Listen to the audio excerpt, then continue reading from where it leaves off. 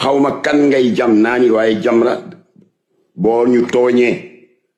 di nga ci bëgg génn mu tël. Et j'ai l'impression que tu persistes dans ces mensonges et dans ces manipulations. Nga naan ma Makhtar may accusé de manipulation lii du manipulation yow li ñu jotee yow. Et tu as fait de la manipulation en restituant sama jàkkaarloo ak yow en prison ba ma la c'était Liberté 6 nga ne ba ma fay ñëw woo ma man j'ai pas besoin que tu m'appelles nga ne ba ma fay ñëw xamoo ma c'est faux parce que 2 semaines avant tiré nga sur moi sur 2 pages ginnaaw bi ma dénoncé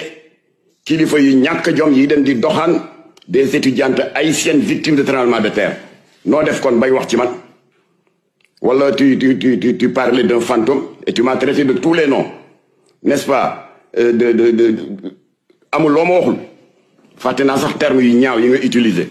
névrosé lu ne nga ma traité parce que j'ai dénoncé des violeurs j'ai dénoncé ay punkal yuy dem di sàkku des étudiantes refusées d'un tremblement de terre et tu m'as attaqué nga ne xamoo ma woon épisode boobu nag moo jiitu ma di la seeti kaso kon c'est un mensonge de dire que ba ma fay ñëw xamoo ma deuxièmement nga ne woowoo ma fa lu may dee nga woo ma xam nga lii ngay def di obligé nit muy wax sur la place publique loo xam ne foofu du place am xam nga très bien que kilifa ma yónni woon ci yow mais du man maa jël initiative de la seeti pourquoi faire tuuma yu grave yooyu ñu la tuumaloon te Jamra di xeex viol